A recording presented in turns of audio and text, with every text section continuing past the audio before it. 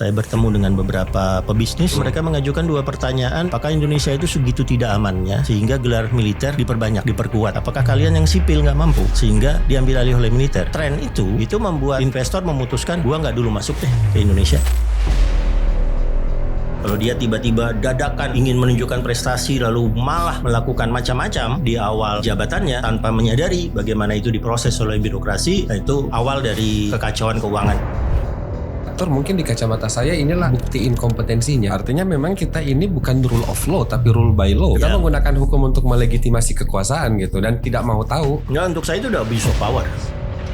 Tidak bisa ada satu kebijakan itu yang sifatnya dadakan. Jangankan 10 tahun ke depan, 20 tahun, 30 tahun ke depan. Siapa musuh Indonesia? Dibilang nggak ada. Tapi kemudian kebijakan-kebijakannya tadi seolah-olah kita darurat menuju perang. Nah, ini nggak sinkron. Kita dari dulu punya Kementerian Pendidikan. Dari dulu kita punya Kementerian Kesehatan dan segala macam. Seolah kita nggak punya kementeriannya loh. Tiba-tiba bentuk BGN, tiba-tiba Universitas Republik Indonesia gitu. Nah, intinya cuma satu. Ada masalah di lembaga kita sehingga alurnya pindah-pindah seperti itu. Kalau saya harus membuat prediksi estimasi menuju pemilu 2029, pemenangnya adalah mereka yang bisa mengambil Y dan Z dan perempuan.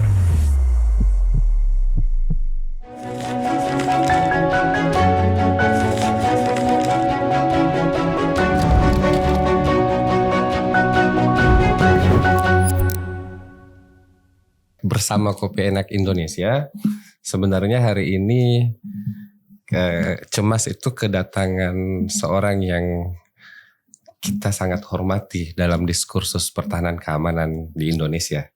Selamat datang Pak Andi Wijayanto. Terima kasih diundang. Sebuah kehormatan Pak, akhirnya Cemas dapat kesempatan untuk berdiskusi tentang hal yang sebenarnya narasinya ini kan wacana yang agak sedikit levelnya di atas wacana-wacana pada umumnya. Butuh kepakaran gitu. Cuman baru-baru ini meledak pada waktu perang Iran sama Amerika. Ada surplus narsum tuh. Surplus ahli tentang pertahanan keamanan. Nah, saya ingin tanya Pak satu hal. Dalam pandangan masyarakat sipil tentang pertahanan keamanan ini kan agak sedikit beda dengan pemerintah melihat pertahanan keamanan. Kita itu banyak bingung kenapa sih misalnya pertahanan keamanan itu harus dihubungkan dengan surplus beras misalnya atau surplus bahan pangan misalnya. Itu apa hubungannya Pak dengan pertahanan keamanan? Ya, doktrin pertahanan kita memang menggunakan kata rakyat, kata total, kata semesta, gitu ya. Sehingga dengan menggunakan tiga kata itu seolah militer punya kewenangan untuk masuk kemanapun. Ya. Tapi kemudian setelah reformasi di masa Orde Baru ya.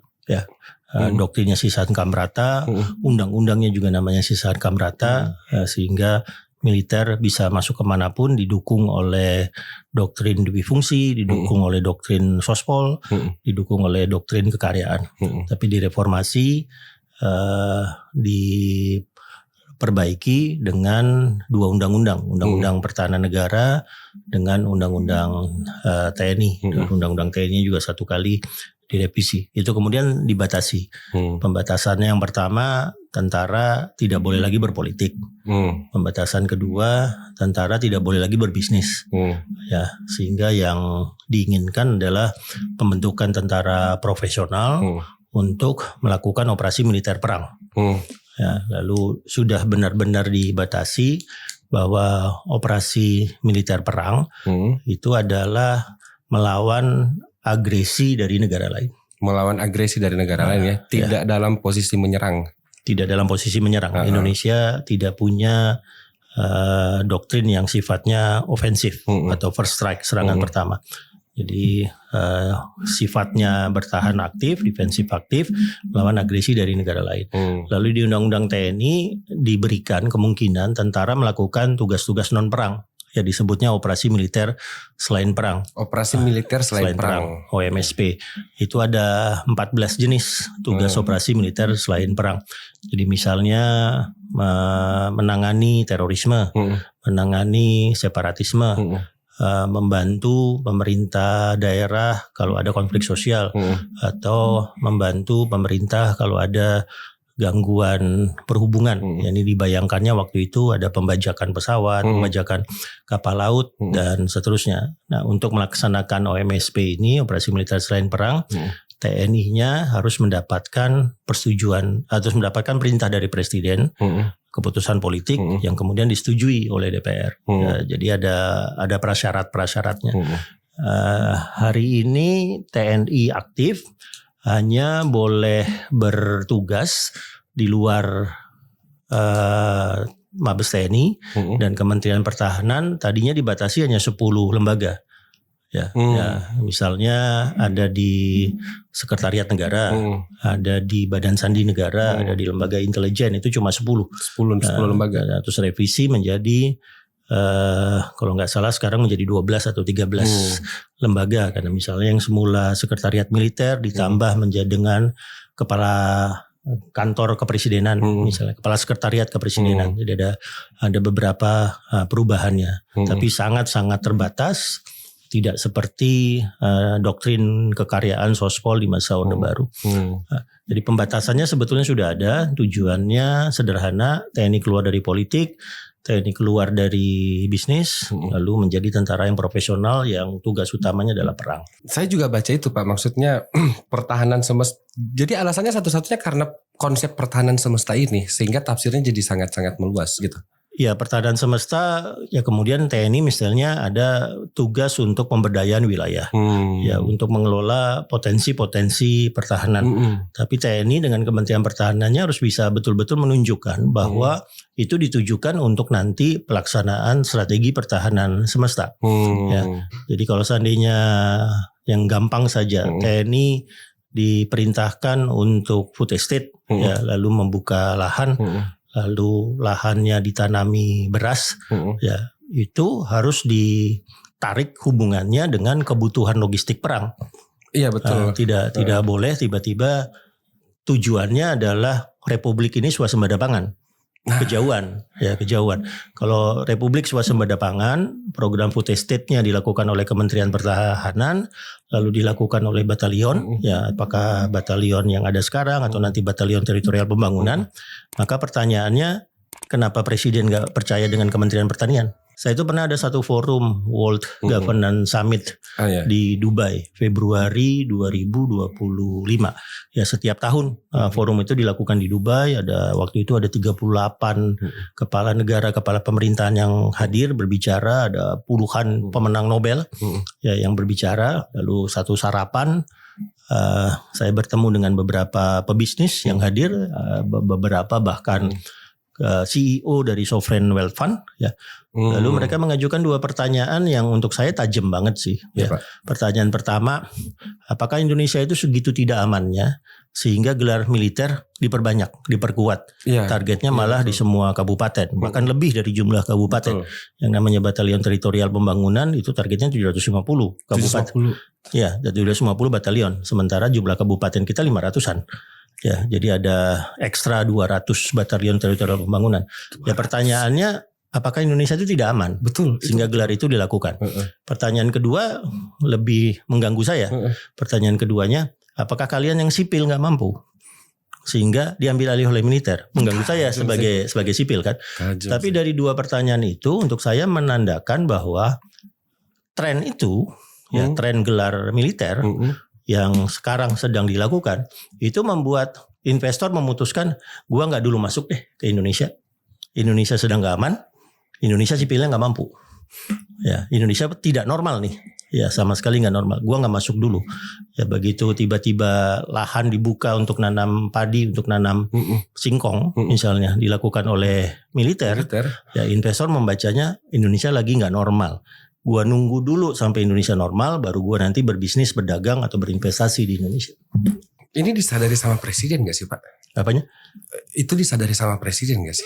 Saya rasa pemerintah sekarang ini ya kalau baca buku Pak Prabowo ya Paradox ya misalnya atau buku terbaru yang disusun ya Pak Prabowo sebagai problem solver ya memang mengerucut kepada masalah yang dari 2014-2019 kampanye presiden itu sudah diulang-ulang oleh Pak Prabowo. Kekayaan alam kita bocor. Dan itu yang berusaha dicegah. Ya. Dan begitu dicegah, yang menjadi masalah adalah apakah proses teknokratik yang ada di kementerian itu dilakukan, atau kemudian malah dilakukan hal-hal senyap yang sifatnya cepat dan dadakan, yang kemudian memunculkan pertanyaan-pertanyaan tentang arah dari kebijakan pemerintah. Yang paling gawat dari satu negara adalah kalau merubah kebijakan tanpa bisa menerangkan bagaimana kebijakan itu dibuat, decision making prosesnya seperti apa, lalu kita tidak bisa membaca lagi kebijakan berikutnya yang akan diubah apa. Karena proses pembuatannya, proses teknokratiknya tidak terbaca. Sama sekali tidak berbaca. Dunia, bisnis, pasar, investor itu tidak suka dengan keterdadakan. Benar. Dan pasti. Tidak juga suka dengan perubahan. Ya, kalau mau simple misalnya, kalau tiba-tiba Car Free Day yang kita tahu hari Sabtu, hari Minggu jam 6 sampai jam 10 pagi, lalu Pak Pram sebagai gubernur DKI lalu mengatakan Car Free Day-nya gua ubah-ubah ya harinya. Sehari sebelumnya baru saya umumkan. Ya, kacau balau tuh lalu lintas di Jakarta. Ya pasti, Pak. Ya kan? Ya, orang kemudian wah gua nggak mau lagi berkantor, punya restoran atau punya toko di daerah di mana Car Free Day itu diberlakukan. Karena tidak ada kepastian kapan jalan itu dibuka, kapan jalan itu ditutup. Nah, itu yang kira-kira menjadi pertanyaan-pertanyaan, dan pertanyaan-pertanyaan itu mengemuka muncul sejak 28 Januari 2026 ketika lembaga rating berturut-turut dimulai dari MSCI, lalu FTSE, lalu S&P, lalu Moody's gitu melakukan evaluasi dan mereka memberikan outlook negatif kepada Indonesia. Outlook negatifnya itu bukan karena pertumbuhan ekonomi kita jelek, bukan, pertumbuhan ekonomi kita bagus di angka 5,6%, bukan karena cadangan devisa kita melemah, cadangan devisa kita masih tetap di atas 5 bulan, standar global 5 bulan, atau bukan karena inflasi kita bagus 3-4%, bukan juga misalnya karena uang beredar, M0, M1, M2 itu juga bagus. Masalahnya adalah masalah kepercayaan. Trust kepada pembuatan kebijakan di pemerintah, dan itu yang seolah tidak terjawab dari bulan Januari, dari 28 Januari sampai hari ini. Salah satu atau dua indikator yang kita ngelihat bergeraknya tidak pulih yaitu adalah nilai tukar rupiah yang dari 16 sekarang kira-kira 18, dan IHSG yang dulu 8 ribuan kita optimis bisa mencapai 9 ribu, bahkan optimis bisa ke 12 ribu, lalu sekarang bergerak di 6 ribuan, pernah sempat turun ke 5.800-an misalnya. Nah, kalau misalnya ternyata ada pengaruhnya Pak antara kebijakan publik dengan yang ujungnya itu adalah bagaimana Indonesia atau rakyat Indonesia mendapatkan kesejahteraannya. Kita ambil garis besarnya seperti itu. Kenapa presiden kita itu tidak belajar dari presiden-presiden sebelumnya untuk bagaimana melakukan itu gitu? Kenapa saya ini bertanya ya Pak, maksudnya sebagai orang yang di luar kekuasaan, saya tuh melihat begini, ini terlalu random gitu. Presiden kita ini terlalu random. Ya, seseorang seperti Pak Prabowo sekarang atau betul. Jokowi dulu, Pak SBY atau Ibu Mega begitu. Ya, menjadi presiden pasti karena karakter personalnya kuat sekali. Iya, betul. Ya, idiosinkratiknya kuat. Ya, mungkin kalau secara psikologi ini tipe alfa nih. Iya, betul. Ya, tipe orang yang memang auranya terasa. Ya, pada saat berdiri untuk membuat kebijakan, auranya sangat-sangat terasa. Nah, itu yang kemudian harus diredam. Diredam dengan birokrat dan teknokrat. Iya, betul. Ya, birokrat menghadirkan mesinnya bahwa tidak bisa ada satu kebijakan itu yang sifatnya dadakan. Kebijakan dadakan itu ya idealnya memang karena ada sesuatu yang darurat, ya misalnya kayak COVID, ya bencana, ya perang, itu ada sesuatu yang darurat, lalu kebijakannya sifatnya dadakan, tapi kemudian biasanya kebijakan dadakan itu dikerangkeng dengan aturan dan pengawasan yang sangat-sangat ketat. Betul. Ya misalnya untuk COVID, kita butuh meningkatkan defisit dari 3 menjadi 6%. Presiden Jokowi harus ngeluarin undang-undang pemulihan ekonomi nasional. Iya betul. Ya kan? Menggeser-geser anggaran semuanya pakai undang-undang. Anggaran lembaga dipotong, dialihkan untuk pemulihan ekonomi karena COVID. Semuanya pakai undang-undang, diawasi ya secara ketat. Bahkan ada tim monitoring ya tentang COVID yang dibentuk di Bappenas dan seterusnya. Jadi logika atau rumus sederhananya, semakin darurat itu kebijakan, maka regulasinya harus semakin bagus dibuat, ketat, dan pengawasannya juga luar biasa ketat. Betul. Ini mesin birokrasinya nih yang mematuskan itu. Dan lalu diawasi oleh politik DPR. Yang kedua teknokratik. Ya kebijakannya harus dilakukan ketika memang sudah ada evidence yang kuat bahwa kebijakan itu harus dilakukan. Yaitu bisa disebut sebagai evidence based policy dan seterusnya. Ya sehingga tidak ada kebijakan yang tiba-tiba datang, ya tidur, mimpi, datang diubah. Nah, itu nggak bisa. Kebijakan yang tidak bijaksana. Ya, gitu. Jadi normalnya kira-kira kalau saya punya gagasan luar biasa brilian ya, katakanlah saya bisa membuat pertumbuhan ekonomi Indonesia lompat menjadi 10% dengan ngutak-ngatik manufaktur. Ya, misalnya saya punya gagasan itu hari ini. Ya. Lalu sebagai orang yang memahami proses politik anggaran, siklus anggaran, birokrasi dan teknokratik, saya sadar betul bahwa gagasan itu paling cepat baru bisa dilakukan oleh pemerintah di APBN 2028. Ya, nggak langsung. Ya untuk 2026 udah nggak bisa karena sudah terkunci APBN 2026 yang ketok palunya November 2025 yang dibaca oleh Presiden Agustus 2025. Kalau sekarang saya ngajukan itu, saya baru bisa membahasnya di pemerintah setelah pemerintah dan DPR membahas APBN 2027. Kira-kira Agustus sampai November. 2026. November baru saya bisa kasih naskahnya untuk dibahas sampai bulan Maret. Nanti dirumuskan oleh Bappenas Kementerian Keuangan di bulan Mei. Nanti jadi naskah pidato nota keuangan Presiden 16 Agustus 2027 kalau disetujui diterapkan kira-kira di APBN 2028. Betul. Ada kesadaran tentang siklus dan politik anggaran itu yang awal birokrat dan teknokrat, dan itu akan meredam tadi karakter personal seorang presiden yang adalah aktor politik yang mau nggak mau kita harus menerima bahwa semua yang menjadi presiden karakter personalnya akan sangat-sangat kuat. Ya, saya merasakan itu misalnya ketika harus mendampingi Presiden Jokowi sejak 2014, ngerasa auranya itu kuat betul. Ini orang yang kalau Pak Jokowi 5 kali pemilihan pimpinan daerah tidak pernah dikalahkan. Unbeaten sih dia. Ya, dan dia dari wali kota sampai Jakarta lalu ke presiden itu statusnya adalah nobody. Ya nggak punya dinasti, tidak punya jejaring bisnis yang kuat. Ya partai pun sangat tergantung dari misalnya ketua umumnya tidak punya itu, tapi berhasil 5 kali pemilihan 5-5-nya tembus menang. Dia betul-betul orang yang dari aspek personanya memang yang sangat-sangat kuat ya Pak ya, sangat-sangat merakyat ya. Ya jadi kadang-kadang saya ngelihatnya itu memang harus ada beberapa orang di ring 0, ring 1-nya presiden yang tugasnya itu meredam, ngerem.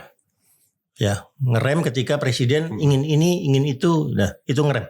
Hanya mengatakan Pak ini nggak bisa, prosesnya harus dilalui, atau mengatakan bahkan Pak tidak bisa karena anggarannya nggak ada. Ya. Kenapa Pak Prabowo tidak punya orang seperti itu Pak? Saya nggak tahu bagaimana proses tadi birokrasi dan teknokrasinya bergabung, karakter ring 0, ring 1-nya Pak Prabowo, ya sehingga misalnya kita tidak terkejut-kejut dengan kebijakan-kebijakan yang kemudian konsekuensi fiskalnya signifikan.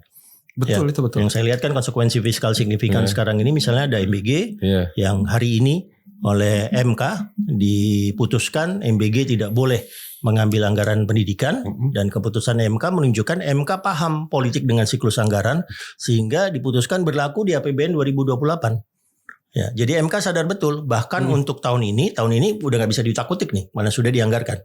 Tahun 2027 rencana kerja pemerintahnya sudah hadir. Ya untuk dibaca nanti Presiden 16 Agustus. MK sadar betul dengan politik siklus anggaran itu. Jadi MK melihat peluang bahwa MBG tanpa menggunakan anggaran pendidikan itu baru bisa dijalankan di APBN 2028. Baru bisa ya. Berarti ilegal semua dong. Apanya? Ilegal enggak legal. Legal hanya nanti di 2028 mereka harus bisa melakukan realokasi anggaran yang semula diambil dari anggaran pendidikan, harus dipisah, dan yang tadinya terserap jadi sekian persen dari anggaran pendidikan terserap untuk MBG dikembalikan ke fungsi-fungsi pendidikan. Sebagai orang yang ini Pak, sebagai orang yang pernah menjadi salah satu orang di lingkaran Pak Jokowi, Pak Andi melihat melihat proses pemerintahan hari ini merumuskan kebijakan itu, menurut Bapak bagaimana? Yang pasti sekarang proses teknokratiknya yang tidak terbaca ya. Tadi yang saya bilang politik dengan siklus anggaran itu. Dulu di masa Pak Jokowi sebegitu rutinnya ya, sampai orang sudah tahu apa yang akan dilakukan hari ini, hari itu, dan seterusnya. Misalnya Rabu itu pasti hari sidang kabinet. Ya, pasti. Ya, waktu itu diaturnya Rabu minggu pertama sidang kabinet bidang Polkam. Rabu minggu kedua sidang kabinet bidang ekonomi dan sosial budaya. Rabu minggu ketiga rapat kabinet paripurna. Minggu keempat tidak ada sidang kabinet. Supaya menteri-menteri bisa kunjungan kerja, kunjungan luar negeri. Ya. Lalu Pak Jokowi juga orang yang sangat tertib untuk mengelola dokumen. Dokumen kan masuk banyak tuh, rancangan perpres, rancangan kepres. Makanya JDIH dibuka di zamannya Pak Jokowi kan, JDIH dan segala macam. Jangan impres gitu. Nah itu Pak Jokowi mengatur agar setiap sore jam 5 dokumen beliau kerjakan.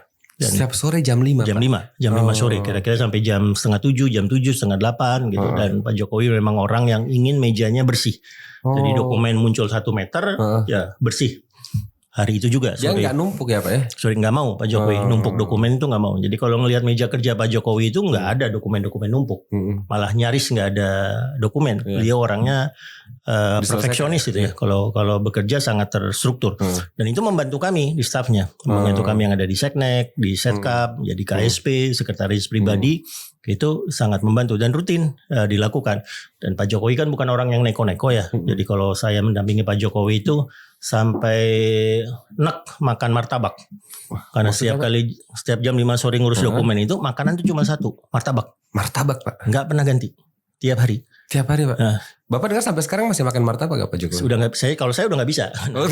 Sekarang saya lihat martabak ingatnya dokumen. Ini udah nggak makan martabak lagi berapa waktu saya ini ya. Boleh dikasih bocoran nggak Pak, martabak apa yang Pak Jokowi suka? Martabak telur Bandung dulu. Mereknya apa, ada merek tertentu? Enggak tahu saya, karena bukan saya yang beli, tapi kira-kira telurnya harus telur bebek, telurnya 3. Oke, kita tahu. Nanti kalau malam gitu ketemu Pak Jokowi setelah makan malam jam 9 jam 10 malam ke atas. Yang keluar juga cuma 1 menu, mie godok Jawa. Udah 1 menu itu aja. Ya, tiap hari nggak pernah ganti. Nah, itulah Pak Jokowi, nggak neko-neko orangnya. Saya melihat ada satu hal yang sangat menarik Pak di pemerintahan hari ini. Bagi saya Presiden Prabowo itu adalah presiden yang kemudian sangat merakyat karena pidatonya hampir semua non formal Pak. Pidatonya hampir semua non formal. Menteri Keuangannya juga menteri keuangan yang terlalu banyak bicara gitu. Baru kali ini saya lihat Menteri Keuangan banyak banget wawancaranya sampai hadir di podcast. Ibu Sri Mulyani dulu sangat hampir tidak mau statement apapun loh Pak. Karena dia sadar bahwa statementnya itu berpengaruh kan gitu. Nah, menurut Bapak seberapa jauh komunikasi Presiden ini menggambarkan karakter dan prediksi tentang kebijakannya gitu? Ya, harus ada satu kesadaran ya untuk pejabat-pejabat utama, apalagi di level menteri, apalagi Menteri Keuangan misalnya, yang memegang kendali fiskal, Gubernur Bank Indonesia memegang kendali moneter ya, atau pertahanan, Kapolri gitu, yang memberi signal pertahanan dan keamanan. Kata-kata itu menciptakan persepsi yang sangat kuat ya. Ya, saya contohkan misalnya Gubernur Federal Amerika Serikat Powell sebelumnya ya. Itu kita sudah tahu kalau dia memulai pertemuan memulai statement dengan kata good morning, good afternoon, ya itu artinya suku bunga naik. Baru satu kata itu wartawan sudah nulis suku bunga naik. Tapi begitu dia tiba-tiba tidak menggunakan good morning, good afternoon, dia bilangnya ladies and gentlemen, suku bunga turun. Suku bunga turun. Ya kira-kira gitu, sesimpel itu. Tapi karena dia sudah menatanya, sehingga wartawan tidak perlu nunggu panjang penjelasan. Ya sudah langsung jadi breaking news. AS menaikkan suku bunga atau AS menurunkan suku bunga. Signalnya sudah bisa dicari dengan kata-kata pertamanya, dua kata pertamanya. Lah, Pak Jokowi yang saya dampingi itu bukan orang yang senang bertutur. Ya sangat-sangat singkat. Jadi kalau kami misalnya paparan ke Pak Jokowi, rumusnya adalah one slide is too many. Satu slide itu terlalu banyak. Oh gitu. Itu rumusnya. Jadi selalu kami serahkan dokumennya lengkap, bisa tebal, tapi penjelasan lisannya kalau bisa 7 menit. Harus straight to the point. Straight to the point. Pak Jokowi orang yang problem solving. Ini problemnya, ini solusinya. Kalau Pak Jokowi kemudian tidak menuntut penjelasan, udah selesai. Jadwal presiden padat. Jadi harus kami buat singkat. Ya, dan karena Pak Jokowi juga bukan orang yang bertutur, jadi setiap kali Pak Jokowi ingin paparan gitu atau ingin pidato, katakanlah tugas saya waktu itu selalu terkait dengan TNI, ya, dengan pertahanan. Jadi kalau Pak Jokowi rapim Kementerian Pertahanan TNI atau pidato 5 Oktober, kami merancangnya 7 menit. 7 menit percakapan. Ya. Dan pesannya benar-benar sangat terukur dan kami beruntung karena Presiden Jokowi itu tidak jarang sekali dia keluar teks. Ya, sangat jarang. Ya, bahkan 3 kata aja sangat jarang. Nah, kayaknya Pak Prabowo itu jauh lebih mengandalkan apa yang ingin dinarasikan di titik-titik tertentu. Ya, saya pernah satu kali pengalaman saya Gubernur Manas, Pak Prabowo Menteri Pertahanan, lalu sama-sama ke Shangri-La Dialog di Singapura. Shangri-La Dialog itu pertemuan menteri-menteri pertahanan se-Asia Pasifik. Jadi puluhan menteri pertahanan hadir di situ dan juga ada beberapa pembicara kunci yang levelnya Perdana Menteri atau Presiden. Ya, setiap tahun di Singapura biasanya akhir Mei, akhir Mei awal Juni selalu dilakukan di Hotel Shangri-La di Singapura. Ya, yang saya lihat di paparan Pak Prabowo di Shangri-La Dialog yang pertama sebagai Menhan maupun yang kedua sebagai Menhan, dua-duanya keluar dari teks. Yang pertama bahkan teksnya tidak dibawa ke podium. Masa Pak? Iya, saya bisa ngelihat karena saya hadir di situ. Oh, teksnya nggak dibawa ke podium dan lisan, bahasa Inggris lisan. Ya, saya sampai mengingat. Tapi bahasanya itu bahasa formal atau non formal? Bahasa Inggris Pak Prabowo kan sangat bagus. Oh iya. Ya, jadi sangat formal. Sangat formal. Ya, jadi saat itu langsung berusaha mengingat dari semua Menteri Pertahanan yang berbicara saat itu hanya Pak Prabowo yang tanpa teks. Lainnya pakai teks. Itu kalau misalnya dalam kacamata masyarakat umum pasti ada yang mengatakan oh berarti di luar kepala. Tapi dalam kacamata dalam kacamata pejabat negara ini kan berarti dia langgar asas kehati-hatian, Pak. Ya birokrasinya menjadi terkaget-kaget kan. Iya gitu. Ya, birokrasinya terkaget-kaget. Ya waktu itu ada 2 masalah tuh Pak Prabowo. Yang pertama ketika Pak Prabowo tiba-tiba membicarakan tentang Cina yang akan Tiongkok yang akan rise sebagai great power di Indo-Pasifik. Iya. Ya. Shangri-La Dialog itu forum yang kelihatan pertentangan friksi antara klubnya Amerika Serikat dengan klubnya Cina. Jadi tiba-tiba Pak Prabowo membahas tentang Cina dan the rise of China. The rise of China. Ya, kebangkitan Cina sebagai superpower baru. Itu pertama. Yang kedua membahas Ukraina. Ya, membahas Rusia dengan Ukraina. Membahas Rusia Ukraina, lalu Pak Prabowo mengusulkan sesuatu yang tidak pernah dibahas lintas kementerian. Ini urusannya Kementerian Luar Negeri. Dia nggak sadar sebagai referendum di Ukraina di wilayah yang dikuasai oleh Rusia. Ya di wilayah timurnya 4 daerah wilayah yang dikuasai oleh Rusia. Itu Pak Prabowo paparannya. 2 jam kemudian saya yang harus paparan sebagai Gubernur Manas. Sebelah saya Menteri Pertahanan Ukraina. Waduh. Ya. Jadi saya yang harus menjawab isu tentang referendum itu, ya kan? Nah, padahal nggak pernah dibahas di kementerian ya, nggak pernah jadi bekalnya Indonesia untuk. Ya, dan saya berhari-hari di samping beliau. Ya, dan tidak tahu bahwa beliau akan mengusulkan referendum di 4 wilayah Ukraina. Nah itu yang akhirnya keterkejutan itu, walaupun akhirnya bisa diredam, lalu mengatakan ke Menteri Luar Negeri Ukraina, kami harus menjelaskan ke teman-teman di PBB, menjelaskan ke duta besar kami di Rusia atau di sini bahwa itu usulan yang sifatnya akademik, bukan usulan formal. dari pemerintah karena dibahas di forum akademik di Shangri-La Dialog tersebut. Tapi penjelasan itu menunjukkan bahwa birokratnya kaget. Ya, birokrasinya kaget, baik Lemhanas saya kaget, Kementerian Pertahanan kaget, Kementerian Luar Negeri kaget. Ya, usulan itu kemudian menjadi perbincangan cukup lama ya. Dan Pak Prabowo-nya berhasil membawa satu terobosan barulah untuk penyelesaian Rusia dengan Ukraina. Tapi karena dibicarakan sebelum berbicara dengan kami, atau tidak sama sekali menginformasikan ke kami, ya kaminya harus segera mencari batas-batas apa yang menjadi pendapat akademik dengan apa yang harus disampaikan tetap sebagai kebijakan luar negeri Indonesia. Karena saya tuh melihat Pak bahwa kalau Bapak tadi menjelaskan paparan di depannya Pak Jokowi itu problem solusi, terus saya bandingkan hari ini, tapi saya nggak tahu dalamnya, tapi dari beberapa kali pidatonya Pak Prabowo, dia kan selalu menyampaikan bahwa saya dapat laporan.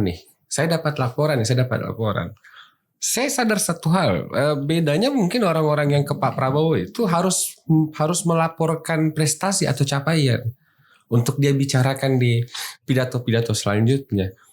Nah ini kan berarti dua paradigma yang berbeda Pak dalam mengelola negara kan? Ya itu lagi-lagi kembali ada proses birokrasinya yang patah ya. Ada beberapa lembaga yang tugasnya adalah memberikan laporan secara rutin ke presiden. Ya, dia rutinnya cenderung diminta per kuartal. Ya, jadi pengalaman kami misalnya KSP, ya kantor staf presiden, itu ditugasi ada perpres yang menugasi kantor staf presiden untuk mengawasi, melaporkan secara rutin ke presiden tentang program strategis nasional. Ya di bawah Jokowi misalnya periode 1, program strategis nasional itu 278 program. Nah, itu dilaporkan oleh KSP. KSP punya 5 deputi, masing-masing deputi kemudian bertanggung jawab ke sekian puluh ya, program strategis nasional. Dikasih kode warna. Ya, warna hitam ini mandek programnya, tidak ada progres selama masa pelaporan. Lalu nanti yang paling bagus warna hijau ini yang sudah lancar bahkan melampaui target. Ya, lalu ada warna merah, ada sumbatan-sumbatan, warna kuning dia berjalan tapi di belakang target. Ya, lalu nanti presiden diusulkan untuk membuat rapat-rapat khusus ke yang terutama hitam dan merah. Ya. Rapat khususnya memanggil kementerian, lembaga atau korporasi yang terkait kenapa program strategis nasional ini mandek ya secara signifikan. Ya biasanya waktu itu mandek terberatnya adalah kalau masalahnya dimulai dari masalah alih status lahan, pembebasan lahan. Oh iya betul. Itu lama gitu ya di sana. Nah itu yang dilaporkan dan kemudian solusinya membutuhkan koordinasi. KSP melaporkan ke presiden, ini butuh koordinasi lintas kementerian, disarankan rapat lintas kementerian atau disarankan Menko yang melakukan debottlenecking atau bahkan sidang terbatas presiden. Ya. Nah kalau tidak merah dengan hitam ini tidak dilaporkan, nanti di akhir tahun ya akan kelihatan bagaimana program-program ini gagal, lalu nanti konsekuensinya auditor negara tahun depannya BPK misalnya ya masuk nanti jadi temuan. Ya, kemudian kasusnya naik, korupsi terjadi. Nah, berarti kan kalau misalnya begitu pengalaman Bapak ini kan berarti bahwa dalam internal pemerintahan itu akan selalu ada perencanaan kan? Ya. Akan selalu ada perencanaan. Nah, kalau Bapak melihat per periode ini sejauh mana Pak Prabowo melanjutkan program-program yang baik atau memang tidak ada sama sekali yang dilanjutkan?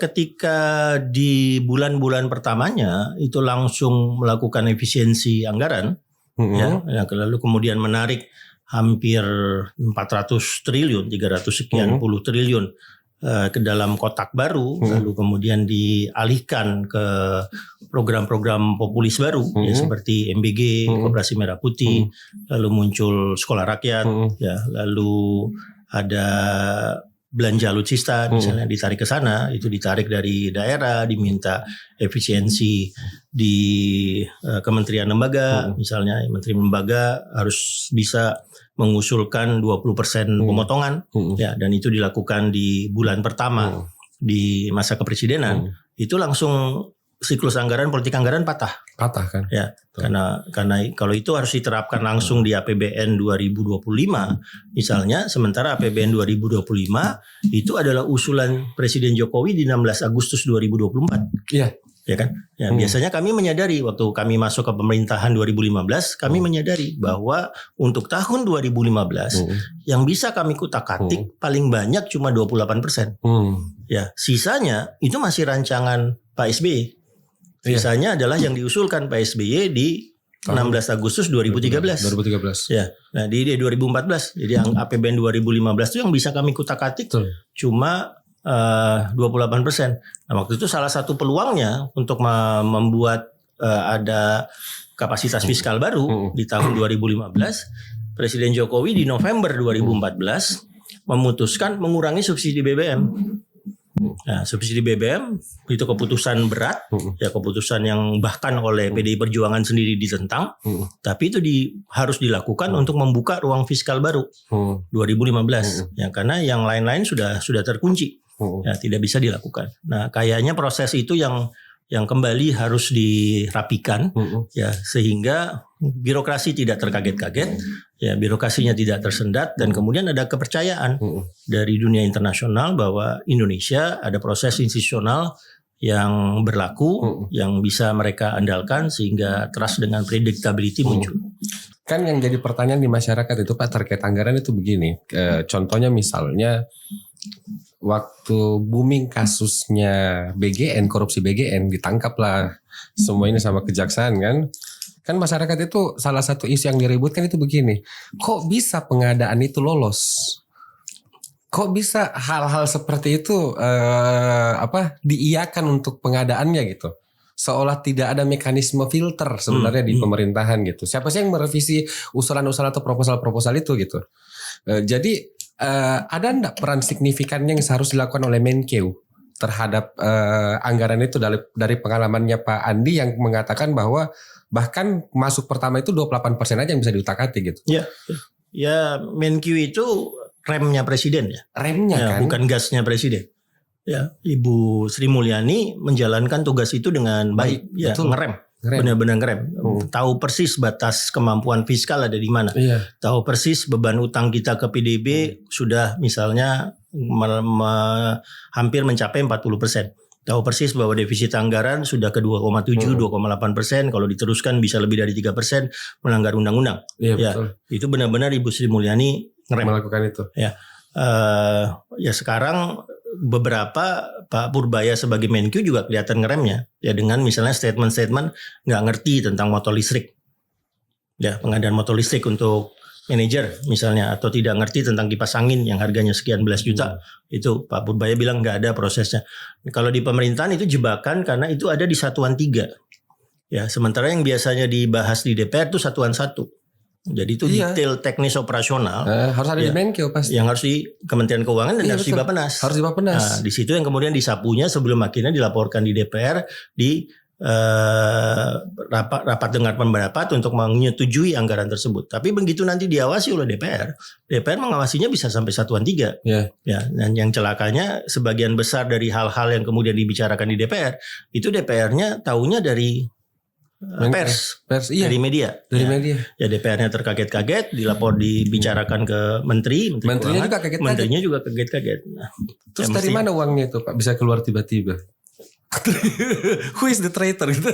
Ya, makanya jadi kemungkinan memang ada kegelisahan sendiri ya di birokrasi ya, sehingga hal-hal yang memang dirasa tidak pas tiba-tiba muncul di publik. Ya itu biasanya kalau udah begitu ya biasanya memang sumbatan itu ya, jadi proses pembuatan kebijakan di dalam kementeriannya yang mestinya berlaku eskalatif ya, hal dibahas jadi ide menteri dibahas ke eselon 1 ke dirjen kemudian meminta eselon 2 untuk mengisi program anggarannya, naik ke eselon 1 dibahas lagi ke menteri. Nah biasanya itu patah.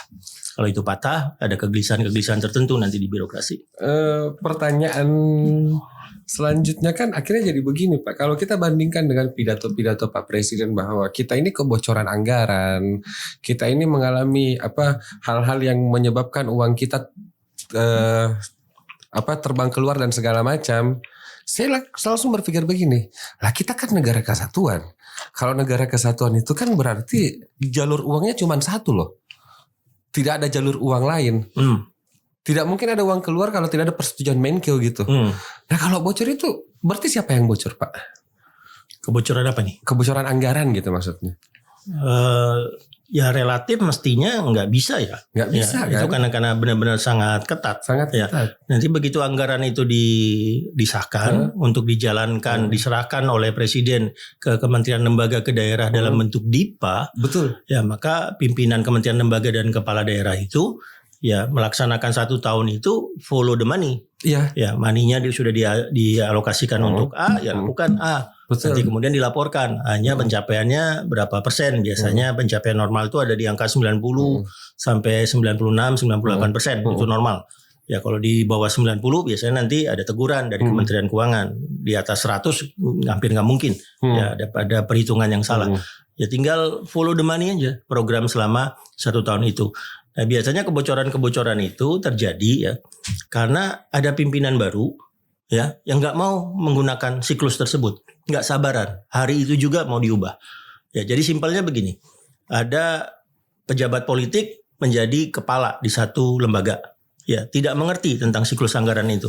Lalu perintah pertamanya yang tidak bisa ditolak oleh bawahannya, misalnya adalah, gua nggak suka nih ruang kantor gua, renovasi ya. Renovasi ya, mungkin biaya renovasinya katakanlah 100 juta rupiah. Tapi di anggaran benar-benar kosong. Nggak ada biaya renovasi itu. Karena misalnya dia dilantik bulan Juli. Langsung minta renovasi kantor. Ya itu nanti birokrasinya jungkir balik. Untuk menjalankan perintah tersebut. Kalau dia tidak jalankan dia bisa dinilai negatif. Tidak akan dipromosi dan seterusnya. Ya itu yang kadang-kadang saya ngelihat menjadi indikator-indikator permukaan. Ya. Apakah seorang pimpinan itu mengerti tentang siklus dan politik anggaran tersebut. Kalau dia tiba-tiba dadakan ingin menunjukkan prestasi lalu malah melakukan macam-macam di awal jabatannya tanpa menyadari bagaimana itu diproses oleh birokrasi, nah itu awal dari kekacauan keuangan. Saya sampai berpikir lebih dalam loh Pak. Maksudnya ya kalau Bapak bilang bahwa itu jadi indikator, mungkin di kacamata saya inilah bukti inkompetensinya. Kan seperti itu. Artinya memang kita ini bukan rule of law tapi rule by law. Kita menggunakan hukum untuk melegitimasi kekuasaan gitu dan tidak mau tahu. Ya untuk saya itu udah abuse of power. Memang betul-betul abuse. Ya abuse of power. Jadi menggunakan powernya, menggunakan jabatannya, membuat kedudukannya, posisinya, memerintahkan kepada bawahan, sementara bawahannya tidak berani mengatakan nggak bisa dilakukan sekarang. Kami harus memprosesnya dulu masuk ke program anggaran tersebut. Berdasarkan pengetahuannya Bapak nih, saya mau tanya subjektifnya Pak Andi nih. Ada pemerintahan hari ini ada program MBG, ada sekolah rakyat, ada program universitas. Dari semua yang terjadi ini, Bapak bisa melihat nggak arahnya kemana sih sebenarnya? Yang pertama populis ya. Pasti populis ya. Populis dalam artian ini program yang menjangkau rakyat banyak ya. Ya berkaitan dengan kebutuhan dasar yaitu pangan dan pendidikan. Ya, ini ada program ini. Lalu programnya cenderung mendapatkan realokasi anggaran. Nah, jadi sebelumnya memang tidak ada di masa pemerintahan Jokowi program ini kosong. Tidak ada program MBG, tidak ada sekolah rakyat, tidak ada koperasi Merah Putih atau Universitas Republik Indonesia juga nggak ada. Ya, dan ini realokasi anggaran bukan dalam artian pemerintah mendapatkan uang baru. Pemerintah mendapatkan pendapatan baru. Jadi tidak kelihatan misalnya pendapatan pajak meningkat, tax ratio kita masih tetap, atau tidak kelihatan misalnya karena ada surplus dagang maka dagangnya dipergunakan ke sini, atau ada sovereign wealth fund kita tiba-tiba menghasilkan bisnis yang besar, ada dividennya masuk ke APBN, tidak kelihatan itu. Nah kalau itu berarti realokasi anggaran nih. Ya, jadi Purbaya sebagai Menteri Keuangan ngotak-atik fiskal. Anggaran yang semula ke sini dipindahkan ke sana, anggaran semula ini dipindahkan ke sana. Nah, realokasi anggaran ini bisa saja APBN nggak kuat. Ya, begitu APBN nggak kuat, pemerintah sekarang punya satu sumber untuk menutupnya, dan antara. Ya, Danantara menutupnya off budget. Ya, begitu Danantara menutupnya off budget, normalnya idealnya Danantara menutupnya dengan dividen yang dihasilkan oleh BUMN itu. Atau investasinya? Investasinya, ya lewat INA dan seterusnya. Nah, Danantara masih baru, jadi kemungkinan masih tertatih-tatih untuk menata diri. Ya, misalnya sampai hari ini kita belum melihat laporan keuangan. Iya loh Pak. Danantara gitu ya. Nah, sementara Danantara sudah menjual surat berharga bond keluar. Nah, surat berharga bond tanpa laporan keuangan, tanpa dokumen, itu berarti mengandalkan trust ke orang-orang tertentu. Apakah trustnya langsung ke Pak Prabowo, apakah trustnya misalnya ke CEO-nya Danantara, misalnya ke Rosan, apakah trustnya ke Doni, apakah trustnya ke Pandu, misalnya. Mengandalkan trust itu daripada dokumennya. Betul. Ya kan? Nah, kalau Danantara tidak bisa menarik bond ini, maka pinjam. Nah, pinjam yang paling mudah ke Himbara. Ya, nah, pinjam ke Himbara, nanti bebannya ada di Himbara, karena dia nanti di akhir tahun harus melaporkan kan nilai kelancaran kredit yang ada di bank tersebut. Tidak ada presiden yang bisa memaksa negara membayar utang ke Himbara kalaupun punya hutang. Apanya? Tidak ada presiden yang pernah, tidak ada putusan pengadilan yang pernah dalam sejarah memaksa negara, yang bisa memaksa negara atau pemerintah pusat, kalau dia berhutang ke Himbara misalnya ke BNI, terus pemerintah pusat dipilotkan gitu, nggak ada. Nggak ada, tapi nanti penilaian pasar terhadap kitanya menjadi negatif, karena begitu hutang tidak dibayar, kan NPL, kredit macet. Begitu kredit macetnya terlalu besar, udah uang nggak akan masuk lagi ke Indonesia. Dan ini potensi macet Pak, bukan potensial pasti macet ini.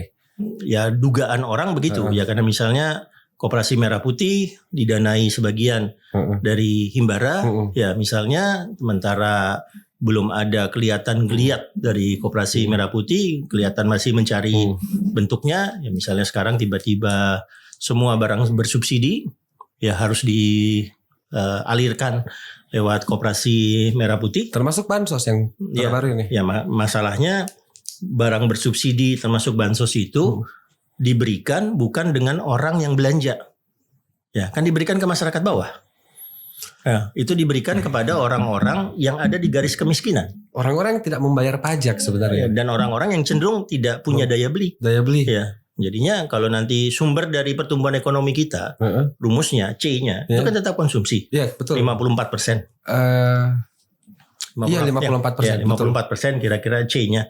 Nah, bansos ini menjaga daya beli konsumsi dari yang miskin ke bawah. Yang miskin ke bawah. Ya, miskin ke bawah. Jadi untuk kalau fungsinya untuk mencegah jumlah kemiskinan bertambah, benar. Tapi kalau misinya adalah kemudian menggerakkan ekonomi sampai pertumbuhan ekonomi melonjak, nggak dapat. Karena terlalu menipu aja sih Pak. Maksudnya kita aja yang sebenarnya tahu kalau misalnya begini, Pak Prabowo ini kan melakukan ini semua seolah ini memang belum pernah ada di Pak Jokowi, tapi kan kita dari dulu punya Kementerian Pendidikan, dari dulu kita punya Kementerian Kesehatan dan segala macam. Seolah kita nggak punya kementeriannya loh Pak. Tiba-tiba bentuk BGN, tiba-tiba Universitas Republik Indonesia gitu. Nah itu yang ya, apakah ini memang ada masalah di kementerian-kementerian teknisnya sehingga program yang mestinya dijalankan oleh kementerian teknis tertentu tiba-tiba beralih. Ya misalnya sekolah rakyat tidak dijalankan oleh Kementerian Pendidikan Dasar, Kementerian Sosial dijalankan oleh Kementerian Sosial. Ya, pembukaan food estate tidak dijalankan oleh Kementerian Pertanian. Betul. Ya dijalankan oleh Satgas. Ya, pembenahan tambang misalnya tidak dijalankan oleh Kementerian SDM, dijalankan lagi oleh Satgas. Ya. Kalau ini kita runut, cerita-cerita serupa kita runut, ya intinya cuma satu, ada masalah di lembaga kita sehingga alurnya pindah-pindah seperti itu. Koperasi Desa Merah Putih tidak dibawa Kementerian Koperasi, Pak. Iya betul. Dibawa Agrinas. Betul. Ya, yang akhirnya ketika Koperasi Desa Merah Putih itu dibahas pertama kali di DPR, yang membahasnya Kementerian Pertahanan dengan di Komisi 1. Karena yang dipermasalahkan bukan Koperasi Merah Putihnya, yang dipermasalahkan ada yang meninggal ketika ikut latihan dasar kemiliteran. Ya, 5 manajer tersebut. Nah, ini membuat orang nggak mengerti lagi apa yang terjadi di Republik ini dengan kerja institusinya. Ya. Jadi kalau saya ngelihat masalahnya tidak seberat waktu kita menuju krisis 97-98. Iya. Kalau 97-98 masalahnya itu struktural. Ya, kita punya masalah dengan kredit macet, ya, kita punya masalah dengan struktur perbankan, kita punya masalah tentang nilai real rupiah terhadap dolar. Ini masalahnya struktural. Ya, sehingga tidak bisa diselesaikan oleh pemerintah. Pak Harto tanda tangan LOI dengan IMF ya bulan Maret, ya bulan Mei tahun depannya Pak Harto jatuh. Yang menunjukkan masalahnya nggak bisa diselesaikan. Bahkan IMF masuk pun malah memperparah kondisinya. Nah, sekarang itu tidak seberat itu. Ya, yang dibutuhkan adalah menunjukkan proses kepercayaan kepada institusi-institusi yang mestinya bergerak menangani program-program utamanya presiden. Dan menempatkan orang kompetensi yang tepat di program-program utama tersebut. Jadi yang salah satu contoh adalah BGN ya. Ketika Pak BGN berpindah dari Prof Dadan ke Mbak Ibu Nani, ya orang masih tanda tanya, ini kompetensinya apa?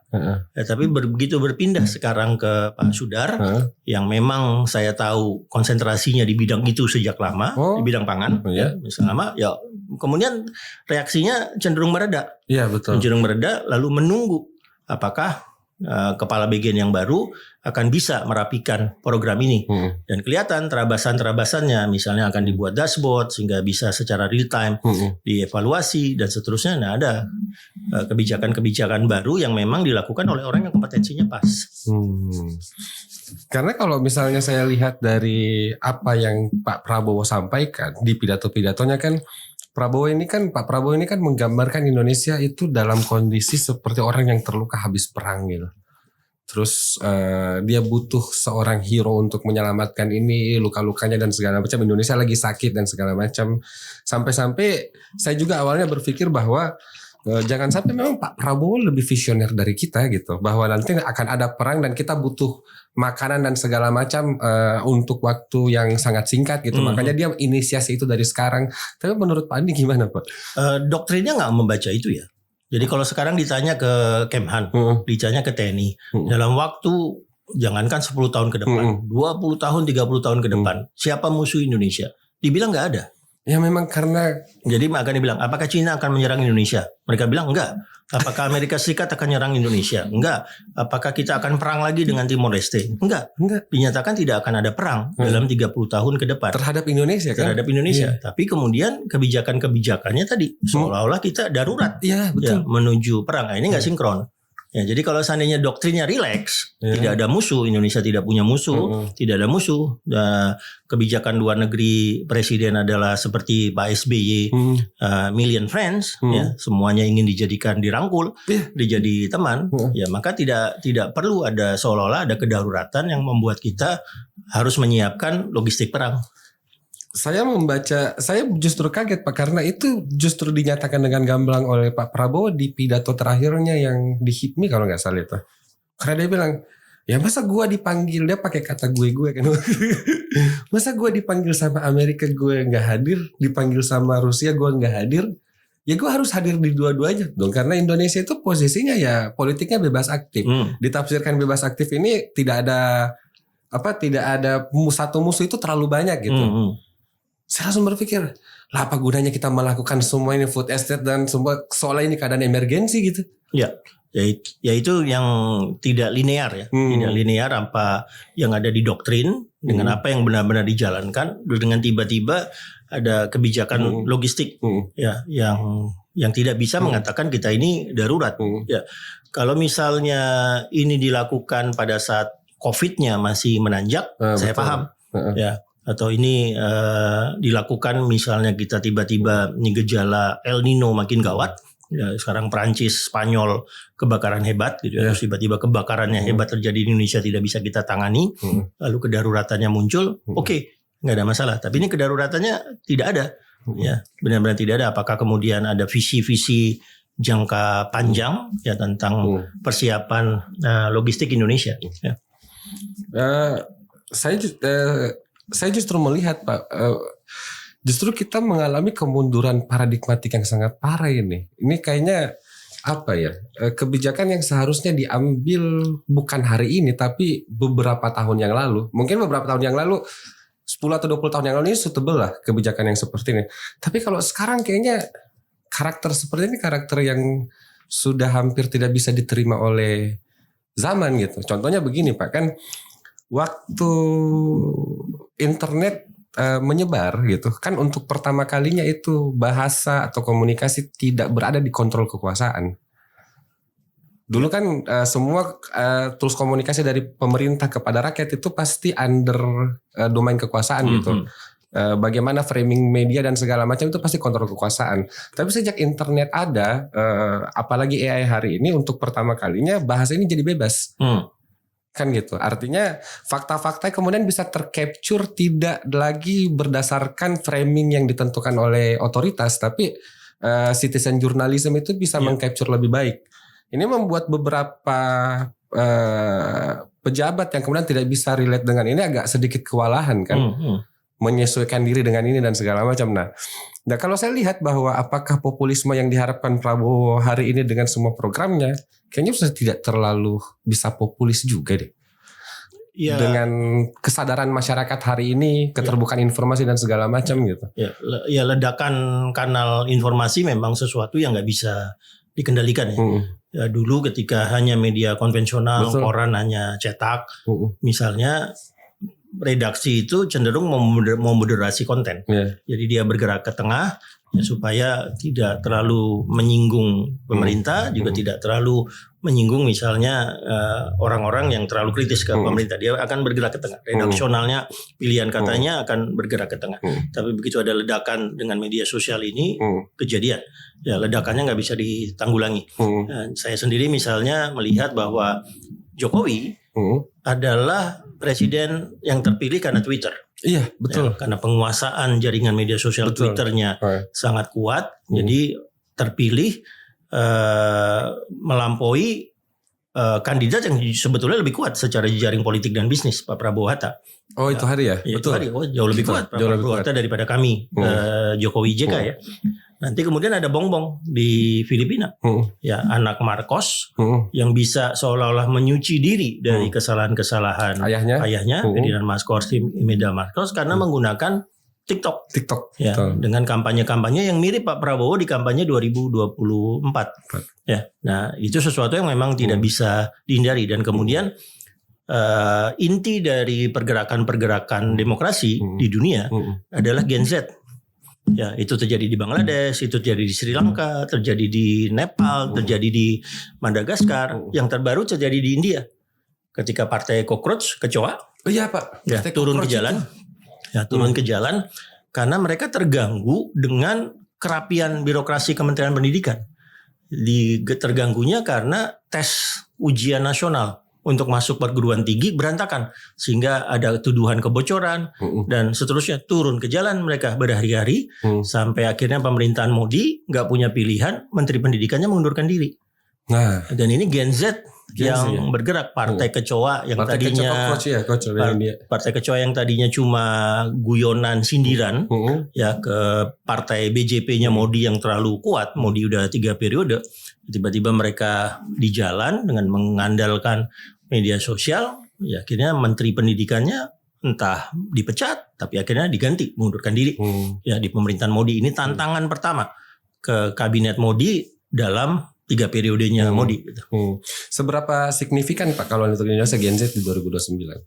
Akan sangat signifikan. Jadi kalau saya harus membuat prediksi, estimasi menuju pemilu 2029, pemenangnya adalah mereka yang bisa mengambil Y dan Z, ya, dan perempuan. Y ini perempuan ya? Milenial ya? Milenial, Gen Z dan perempuan. Ya, yang bisa mengambil itu ya? Yang bisa isu-isunya relate dengan apa yang dipikirkan, apa yang menjadi kepentingan Y dan Z dan perempuan, dan mereka yang menguasai panggung politik 2029. Ya beda waktu misalnya 2014, konsentrasinya tetap di generasi saya, generasi X, ya kan? Dan isunya lebih banyak politik ekonomi. Nah sekarang dengan nanti beralih ke Gen Y, ke Gen Z, itu, nah isu-isunya pasti akan berbeda sama sekali. Ya, dan seringkali orang itu underestimate tentang terutama Gen Z. Ya dibilang betul. karena ada gadget nggak mau baca lah, Iya. dibilang karena gadget nggak suka data-data teks segala macam. Yang saya alami salah sama sekali. Ya mereka justru karena ada gadget, karena ada AI, kelincahannya untuk menelusuri suatu data, ya suatu temuan, satu kebijakan itu luar biasa. Betul. Ya jadi saya sampai pernah mengatakan di kantor saya Lab 45, kayaknya kita ini sudah surplus meme. Betul. Ya, surplus meme untuk banyak isu ya. Iya. Ya banyak isu. Jadi misalnya ketika Pak Prabowo mengatakan kata londo irang, Iya lah. wah di jam itu juga meme-nya muncul banyak sekali. Iya Pak. Ya. Iya, Dulu betul. itu enggak, dulu 2014 misalnya itu harus kami koordinir, Iya. harus ada komando buat grafis tentang ini, buat kutipan tentang ini dan seterusnya. Sekarang Sekarang udah enggak. Begitu udah Dengan mengucap sendirinya. itu saja langsung keluar. Betul. Ya. Clipper juga Banyak luar biasa. Dan itu saya bilang surplus. Surplus meme, surplus visual, ya surplus macam-macam lah. Ya di media sosial itu. Dan itu nggak bisa dikendalikan oleh siapapun, termasuk pemerintah. Termasuk pemerintah ya. Itulah mengapa pemerintah akhirnya harus membuat satu kebijakan yang seolah mengemis viralitas gitu kepada masyarakat atau kepada netizen gitu. Ya. Membuat statement harus mempositifkan kinerja pemerintah lah, seolah pemerintah ini harus diperlakukan seperti orang biasa karena niatnya baik dan segala macam. Ya nggak akan kejadian, benar-benar nggak akan. Jadi dulu di masa Pak Jokowi itu kami punya early warning system. Ya, early warning system itu dulu Pak Jokowi pernah mengumpulkan kami marah besar karena Undang-Undang Ciptaker yang diandalkan sebagai solusi untuk pemulihan ekonomi pasca Covid malah ditentang habis-habisan. Ya kan? Setelah diundangkan. Ya, waktu itu sentimen negatifnya ke Undang-Undang Ciptaker itu melampaui threshold kami. Thresholdnya ada dikira 70, Undang-Undang Ciptaker itu sampai 92% negatif. Pada saat itu diundangkan 92, Pak Jokowi langsung mengumpulkan. Nah, kami punya early warningnya. Ya, early warning itu untuk membantu apakah ada statement presiden, kabinet yang tiba-tiba ditanggapi negatif oleh masyarakat. Nah, saya ingat salah satu tes pertama kami dari mesin early warning itu adalah ketika Pak Jokowi mengucapkan kata bipang untuk oleh-oleh Lebaran. Ya. Bipang oleh-oleh Lebaran, babi panggang untuk oleh-oleh Lebaran, bang, negatif luar biasa. Itu negatif terbesar di masa Pak Jokowi. Untungnya itu bukan kebijakan. Selama 10 tahun ya? Ya, untungnya itu bukan kebijakan kan. Itu cuma statement keliru dari Pak Jokowi. Nah, saat itu pun kami sudah mengatakan ke teman-teman media sosial, udah tiarap itu isu kalah. Gak mungkin kita menangkan. Diam aja. Okay. Tunggu aja isunya turun. Turun aja. Ya. Udah gak bisa di ini. Ya, 5 hari gak turun-turun. Gak turun. Beneran, isunya benar-benar 5 hari gak turun-turun hanya karena mengucap satu kata bipang. Nah, ini pada saat Presiden Jokowi popularitasnya tinggi banget. Tinggi banget ya. Tinggi banget dan itu gak bisa dicegah begitu ada statement kalah gitu. Oh itu tadi namanya meme segala macam banjir di semua media sosial karena ada bipang. Ya, nggak bisa kami antisipasi, nggak bisa kami cegah juga. Ya udah, akhirnya isu ini disebut sebagai isu kalah, turun sendiri. Akhirnya bosan sendiri, turun sendiri. Dan kami sudah meminta kementerian yang terkait, misalnya Kementerian Perdagangan atau di pemerintah daerah atau juru bicara presiden, udah nggak usah ngomong apa-apa, ini isu kalah. Tapi kalau sekarang pas saat turun-turunnya ditambah lagi. Nah itu dia. Jadi tahu persis nih, jangan isunya udah turun disundul lagi, isunya udah turun ya disundul lagi ya. Saya Repot nggak gitu. tahu ya Pak, karena saya tuh akhir-akhir ini pas lihat pidato presiden, pas dia menghitung saya deg-degan. Nah, sama. Setiap beliau menghitung itu saya kayak ini salah gak sih? Agak sedikit mengkhawatirkan kalau beliau menghitung itu. Ya, atau kemudian kalau presiden membela diri, membela kebijakan sekarang, ya itu juga sesuatu yang kemudian bisa muncul retaliasi negatifnya. Iya. Terlalu banyak bias kognitif sih Pak. Iya. Atau jangan sampai begini maksudnya. Saya takutnya ya bahwa Pak Prabowo itu adalah orang yang tidak mengerti apa yang terjadi. Karena berdasarkan informasi yang saya dapatkan juga di beberapa sumber, dia tidak pegang handphone sama sekali. Dan dia tiap hari itu cuma mendengar apa yang terjadi di Indonesia itu dari 5 orang yang dia panggil setiap harinya. Dia tidak tahu apa yang terjadi, bahkan dia tidak tahu apa yang kabinetnya kerjakan. Dia tidak tahu siapa saja menteri yang kemudian pernah dia angkat. Ya, gitu. Ya mudah mengatasinya sebetulnya. Dulu sebelum ada AI ya, kami mengandalkan media crawling. Iya betul. Media crawling, lalu kemudian muncul yang namanya big data analysis. Big data analysis. Media crawling ditambah media analysis, lalu kami punya war room, situation room, yang real time. Real time ya. Yang real time. Dan war room itu bukan ruangan. War room itu adalah gadget. Ya. Jadi ada di gadget kami ya sebagai yang mendampingi presiden dengan Mensesnek dengan KSP gitu, dan ada langsung di gadgetnya Pak Jokowi. Ya, dan itu tidak bisa kami filter. Pak Jokowi monitor ya langsung. Monitor. Dan itu tidak bisa kami filter. Jadi apa yang kami lihat misalnya isu merah negatif, Pak Jokowi lihat jam juga. detik ini, ya kalau Pak Jokowi baca gadgetnya detik itu juga sama merahnya. Ya, dan nggak bisa kami minta sistemnya bilang hapus isu ini, nggak bisa. Ya, karena Pak Jokowinya nggak mau ada filtering tersebut. Maunya apa adanya di situation room real time. Ya. Nah, situation room waktu itu kami bentuk ada semacam, kami menyebutnya sebagai lounge presiden ya, di sebelah masjid di istana. Ya, sebelah masjid di istana. Jadi itu intinya ada layar besar, presiden masuk ke situ bisa ngelihat situation room itu. Pak Jokowi nyaris nggak pernah ke sana. Karena ada di gadgetnya. Ada di gadgetnya, cukup di gadgetnya. Ya, dan kami diberikan keleluasaan untuk early warning itu jam berapapun. Kalau isunya terlalu tinggi, langsung ke Pak Jokowi. Mau jam 2 pagi, jam 3 pagi gitu. Langsung ya. Pak Jokowi. Dan dalam ingatan saya warning Pak Jokowi isu terlalu tinggi di jam yang tidak normal. Ya, itu cuma 3 kali. Apa saja tuh Pak? Satunya Bipang. Bipang, yang kedua? Yang kedua waktu itu tentang Ciptaker. Ciptaker jam berapa Pak itu? Wah, mungkin 3:30 pagi. 3:30 pagi Pak. Satu lagi 3 periode. Oh iya 3 periode. Jadi itu juga negatifnya nggak karuan. 3 periode. Itu saya harus lapor di jam yang tidak normal. Jam tidak normal. Bukan jam kerja. Ya kalau jam kerja Pak Jokowi notabene dari 4:30 pagi sampai jam 1 pagi. 4:30 jam 1 waktu kerja ya. Itu kerja. Jadi itu dianggap normal. Kita laporan di antara jam itu untuk beliau itu normal. 1, 2, 3, 4. 4:30. Berarti dia cuma tidur 2 jam atau 3 jam kayak gitu. Jadi selama Pak Andi dengan Pak Jokowi ada 3 kali early warning dan tidak ada filternya. Nggak ada filternya. Ya apa adanya. Terus bagaimana pendapat Bapak dengan Pak Prabowo yang memang sengaja memasang filter atau barrier komunikasi kepada ini? Bukannya jadi justru itu menghalangi dia untuk mengetahui realitas yang terjadi atau bagaimana? Ya pasti. Ya pasti kemudian agak gap. Ya ada kesenjangan. Kira-kira itu kenapa Pak dia melakukan itu ya? Karakter lagi-lagi untuk saya itu dimulai dari karakter personal. Ya karakter personal yang kemudian diterima, ditransmisi ke ring 0, ring 1-nya, ring 0, ring 1-nya membaca.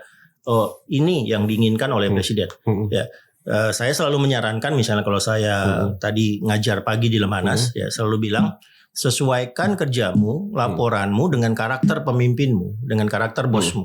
Ya, jadi jangan sampai kalian membuat naskah kebijakan gaya tulisanmu. Harus gaya tulisan bosmu. Betul. Ya, sama tadi Pak Jokowi misalnya one slide is too many, butuhnya penjelasan lisan, sehingga karakternya adalah problem solving. Itu yang saya sesuaikan. Karakter saya bukan karakter menulis pendek.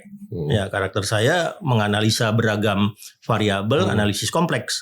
Berbeda dengan Pak Jokowi, tapi harus saya sesuaikan. Nah, mungkin ada penyesuaian adaptasi dari ring 0 ring 1 untuk membaca Pak Prabowo inginnya seperti ini gitu. Prabowo katanya memang juga tidak mau ada masalah, tidak mau melihat masalah, dia cuma mau melihat prestasi gitu. Enggak juga sih.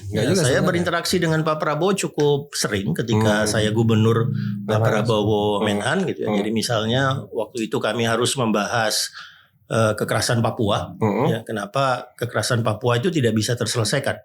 Jadi waktu itu kira-kira kami harus rapat di Kementerian Pertahanan, rapat di Kemenko Polhukam, rapat di kantor Wapres. Waktu itu kita bilangnya indikator sosial ekonomi Papua membaik. Kemiskinan turun, pengangguran turun, jumlah sekolah nambah, jumlah puskesmas nambah, jumlah infrastruktur jalan nambah. Tapi kenapa kekerasan meningkat? Apa yang salah? Kan yang dibahas masalah. Dan waktu itu temuannya apa itu Pak pada waktu itu? Waktu itu Pak Jokowi meminta Pak Prabowo sebagai Menhan mencari solusinya. Ya, karena saya bilang antara pembangunan sosial ekonomi dengan kekerasan Papua putus. Sudah nggak ada korelasinya sama sekali. Ya pertumbuhannya bagus, ekonomi sosial yang bagus, kekerasan juga naik. Jadi apakah misalnya jawabannya adalah hentikan sosial ekonomi? Kan nggak mungkin. Ya, jadi harus dicari jawaban lain. Ya, waktu itu rapat berkali-kali dan bisa dengan baik kok. Bisa dengan baik. Ya. Menelusuri isunya, membedahnya satu-satu karena waktu itu penjurunya Pak Prabowo. Lalu keputusan Pak Prabowo juga bukan keputusan yang khas militer, bukan keputusan tiba-tiba gelar batalion tambahan, gelar satgas tambahan, bukan itu ya keputusannya. Berarti bisa dikatakan bahwa apa yang terjadi hari ini tentang komunikasi presiden itu kemungkinan besar di luar kendali presiden atau presiden tidak tahu sama sekali bahwa ada barrier itu. Ya ada blokade, embargo yang membuat presiden seolah tidak mengerti apa yang terjadi ya, terputus Pak. Dengan apa yang benar-benar kejadian ya. Betul. Ya, mungkin salah satu kasus yang bisa kita pelajari dengan dalam adalah ketika bencana Sumatera. Iya, betul. Ya, banjir Sumatera itu yang kepala Basarnas bilang bahwa itu cuma di sosmed tidak terlalu ini, ternyata sudah sangat-sangat parah gitu. Ini mungkin yang terakhir Pak. Sebenarnya saya masih mau diskusi yang lebih panjang tapi kita sudah 1 jam. Terima kasih banyak Pak atas kesempatannya. Nah, sedikit tentang geopolitik Pak. Mungkin yang belum terjawab itu dari apa yang terjadi sejak perang Iran versus Amerika gitu. Dan kita melihat bahwa Indonesia ini akhirnya dipertanyakan posisinya di internasional gitu. Ketika diklaim bahwa kita itu adalah gerakan negara yang politik bebas aktif dan segala macam. Tapi kita lobbynya kayak susah sekali loh Pak. Waktu kapal Pertamina tertahan di Selat Hormuz misalnya. Jadi maksud saya kita ini perlu nggak sih berafiliasi ke salah satu blok untuk menentukan warna? Atau memang masih seksi atau masih signifikan dengan gaya politik bebas aktif yang netral ini, yang gerakan non-blok ini gitu? Kalau untuk saya politik luar negeri itu untuk melayani kepentingan nasionalnya ya. Betul. Jadi jangan dibalik-balik. Jadi ya pemerintah presiden tentukan dulu kepentingan nasionalnya apa. Jadi misalnya Hormuz tertutup, ya Hormuz tertutup, lalu kepentingan nasional kita simpel. Pastikan minyak BBM tetap masuk ke Indonesia dengan rentang harga segini. Ya, jadi misalnya pada saat harga kita taruh di APBN di angka 70 US dollar per barel, lalu mulai bahaya ketika harganya sudah ke 90, bahkan sekarang sudah pernah ke 100-an, 112, lalu kembali turun lagi. Nah di situ pemerintah kemudian memutuskan ada upaya-upaya khusus nggak yang harus dilakukan. Yang dilakukan kita nggak bisa ngutak-ngatik apapun dari Hormuz. Kita proyeksi power kita terlalu kecil ya di sana. Jadi yang dilakukan adalah diversifikasi. Ya begitu Hormuznya tertutup, minyaknya kita kira-kira 68-70% minyak kita dari Hormuz, tapi di kilang Singapura. Lalu Singapura tetap punya kemampuan untuk mengantar minyak ke kita relatif aman. Jadi nggak perlu terlalu galak-galak juga di Hormuz. Minyak kita berikutnya dari Angola, dari Nigeria, ya langsung ke kilang-kilang kita. Lalu Kementerian SDM dengan lobby-lobby khusus dari Presiden mendapatkan diversifikasi baru minyak dari Rusia, ya misalnya. Udah kepentingan kita dari sektor energi terjaga.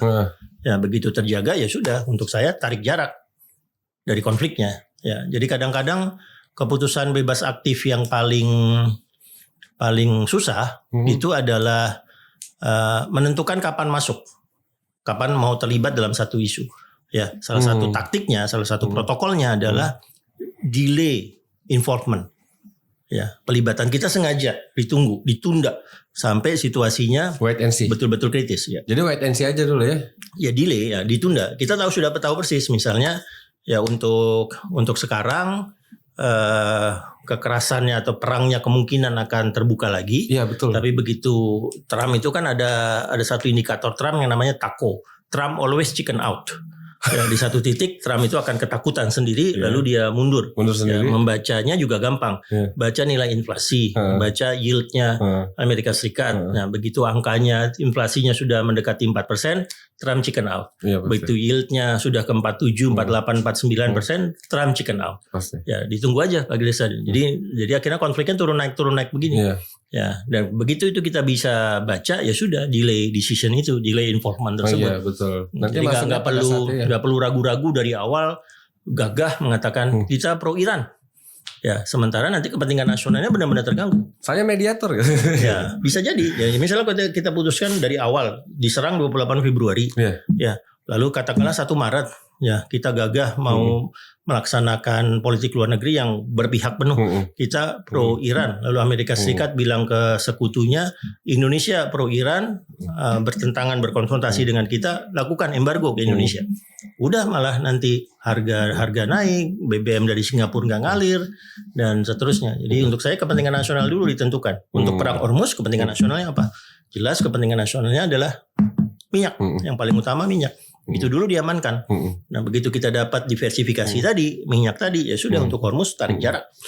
Kalau menurut Pak Andi sendiri, apakah kondisi apakah langkah-langkah yang diambil Indonesia sampai hari ini itu mengamankan kepentingan nasional kita tentang minyak atau memang failed sama sekali, Pak? Untuk sekarang nggak ada pilihan sih. Untuk Indonesia nggak ada opsi. Karena kita begitu tergantungnya dari kilang di Singapura. Ya, jadi yang sebetulnya pontang-panting untuk memastikan suplai minyak ke kita adalah Singapura. Tunggu Pak, kita bergantung minyak sama Singapura ya Pak? Ya, yang hampir 70% minyak kita beli datangnya dari kilang Singapura. Ya, hanya 30% yang kemudian kita suling sendiri, apakah di Tuban atau Balikpapan atau di Cilacap. Ya, karena kapasitas dari kilang kita memang terbatas. Ya, semua minyak yang kita bor dari sumur-sumur minyak di dalam negeri semuanya harus beralih dulu ke kilang karena nggak punya kemampuan kapasitas minyak itu dan kapasitas penyulingan kilang tersebut. Ya, membangun kilang itu luar biasa susah dan mahalnya. Ya, benar-benar susah memang. Jadi kalau misalnya sekarang kita misalnya mau ngambil minyak dari Rusia ya. Itu pertanyaannya dia masuk ke kilang mana? Ya, karena kilangnya akan disesuaikan dengan spek minyak yang datang. Ya, minyak terbaik datangnya dari Timur Tengah misalnya, tapi kilangnya udah disesuaikan untuk minyak Timur Tengah. Misalnya kalau minyak dari Venezuela itu terlalu berat kadar timbalnya dan seterusnya untuk Indonesia. Minyak dari Rusia juga berbeda. Jadi nanti begitu masuk ke kilang harus disesuaikan speknya cocok atau enggak. Kalau nggak cocok harus buat kilang baru. Nah begitu harus buat kilang baru artinya buat pelabuhan, buat pipa, buat kilang. Beruntung kita kalau selesai dalam 5 tahun. Berarti kan memang harusnya itu jadi program jangka menengah atau jangka panjang yang diteruskan beberapa generasi kan Pak? Ya, dan itu sudah kita coba di masa Pak Jokowi. Misalnya kita pernah ngundang Rusia untuk membangun kilang ke kita. Gagal. Gara-gara? Ya. Nggak mampu melakukan investasi sebesar itu. Ya, jadi Rusianya sama sekali gagal. Lalu kita menggantinya dengan Aramco, ya Saudi Arabia baru kelihatan di Balikpapan, baru kelihatan di Tuban. Berapa investasinya Pak itu? Wah, gede banget dan itu membutuhkan misalnya waktu operasional nanti untuk pengembalian modalnya bisa sekitar 30 tahun, bahkan 40 tahun. Tapi gede mana Pak dibandingkan dana MBG gitu? Kayaknya tetap pembangunan kilang deh kalau total kilang ya. Total tapi kan return investmentnya bisa jauh lebih. Ini kan udah dilepas ke pasar. Ini lepas ke selama pemerintah nggak melakukan perubahan kebijakan yang aneh-aneh untuk industri minyak, ya aman-aman aja itu. Karena kan kalau saya melihat ya, tapi ini awam Pak. Maksudnya minyak kan kalau di peta politik internasional sangat menjadi hal yang yang sangat menjadi hal yang signifikan lah. Posisi punya minyak itu posisi bargaining politik internasional lah. Jadi kalau misalnya kita mau menaikkan posisi tawar Indonesia di internasional, berarti kita mau tidak mau there is no way harus bikin kilang minyak sendiri kan. Masa Singapura bisa kita nggak bisa gitu? Ya, Singapura mendekati itu sebagai negara dagang ya. Betul. Ya, karena Singapura mendekatinya sebagai negara dagang, jadi konsentrasi Singapura adalah membuat cost serendah mungkin ya di Singapura dengan kontrak-kontrak jangka panjang. Nah, logika cost efisiensi itu ya multi cost cutting sehingga bisnisnya menjadi sangat efisien itu yang kayaknya susah untuk kita dapatkan. Ya, harga produksi misalnya harga produksi 1 barel minyak yang keluar dari kilang kita tetap lebih mahal dari Singapura. Masa Pak? Iya, ya tadi itu karena Singapura tuh benar-benar jago untuk yang namanya cost efisiensi. Ya, itu salah satu kunci dari ekonomi Singapura, cost efisiensi. Karena mereka ada ini kali ya, ada keterhubungan antara atau keberlanjutan antara satu periode dengan periode yang lain mungkin. Ya itu satu dan kesadaran Singapura hanya itu yang mereka miliki. Kesadarannya yang mereka miliki cuma 3. letak strategis. Iya. Yang kedua Malaka. sumber daya manusia. Betul. Mereka benar-benar membuat sumber daya manusianya unggul, ya. Yang namanya di birokrasi, yang namanya di korporasi, di Temasek dan seterusnya. Itu kalau ngelihat CV-nya kita kagum-kagum. Iya betul. Ya, itu ada yang sekolahnya sudah master misalnya di Harvard atau di MIT, master lagi di LSE, master lagi di Oxford, kagum-kagum.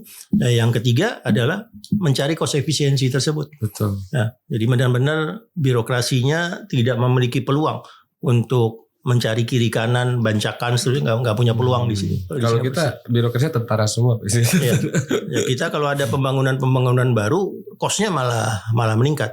Ya, saya pernah ke Singapura ditugasi oleh Pak Jokowi bersama Pak Trenggono ya.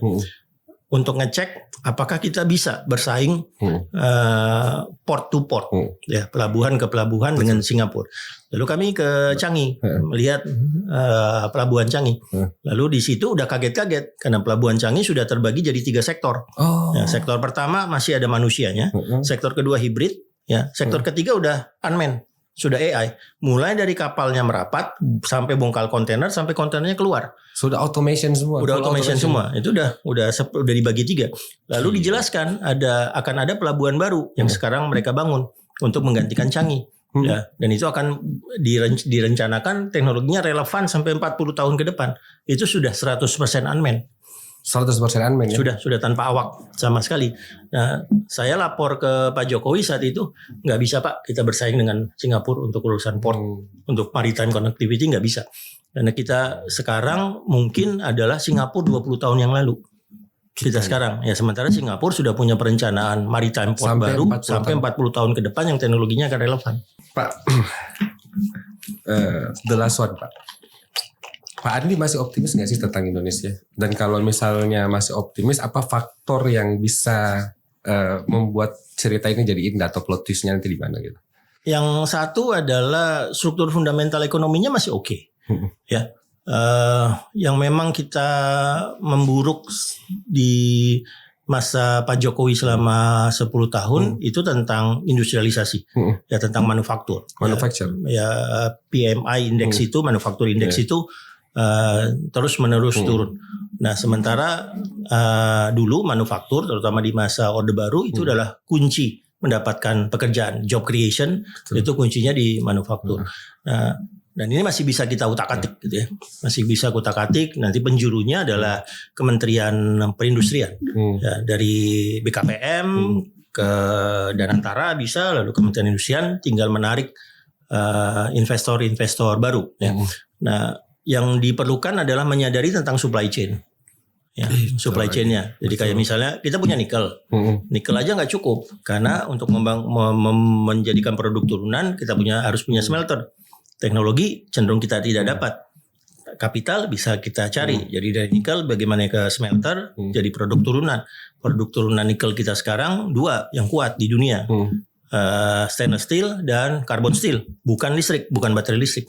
Nah, itu masih bisa dikembangkan macam-macam. Dari sisi itu potensi kita besar. Masih besar ya. Kita tidak separah kondisi 95-98. Iya. Ya, secara ekonomi ya, secara ekonomi baik fiskal moneter tidak separah 95-98. Jadi untuk membaliknya, ya, menuju ke Indonesia yang kalau Pak Prabowo targetnya 8%, ya kalau kami di angka 5,6% saja, 5,6% udah cukup. Iya, udah cukup. Ya, untuk Indonesia menarik investor baru sudah cukup.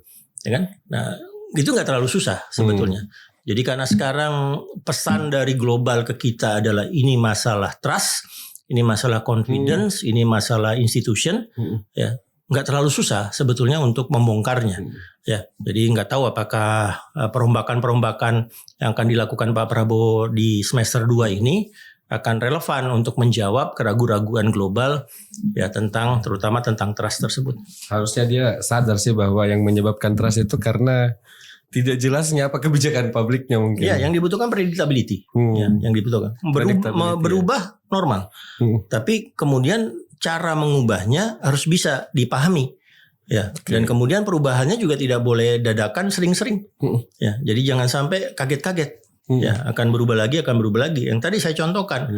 Keputusan Mahkamah Konstitusi untuk membuat MBG tidak didana lagi anggaran pendidikan itu keputusan yang tepat karena ada siklus anggaran yang diperhitungkan sehingga baru berlaku di APBN 2028. Betul. Kalau seandainya Mahkamah Konstitusinya putuskan segera berlaku, goyang lagi tuh pasar. Goyang lagi pasti. Ya, karena mereka menyadari akan ada realokasi anggaran lagi, lalu kemudian akan ada sekian SPBG yang harus ditutup dadakan, pasar goyang lagi. Tapi begitu dikasih kesempatan transisi 2 tahun, nah, ada predictability. Nah, sekarang pasar tinggal baca. Ya, ini keputusan MBG harus dari luar anggaran pendidikan. Ya, pasar akan baca yang paling dekat 16 Agustus. Nota keuangan presiden, apakah di situ sudah memulai transisi tersebut sehingga MBG benar-benar keluar dari anggaran pendidikan di APBN 2027. Betul. Kalau itu sudah mulai dibaca, ya udah nanti perlahan-lahan kepercayaan kepada institusinya tumbuh. Oke Pak, terima kasih banyak Pak, kesempatannya ini diskusi yang sangat menarik dengan Kopi Enak Indo juga. Sampai ketemu di kecemasan-kecemasan selanjutnya.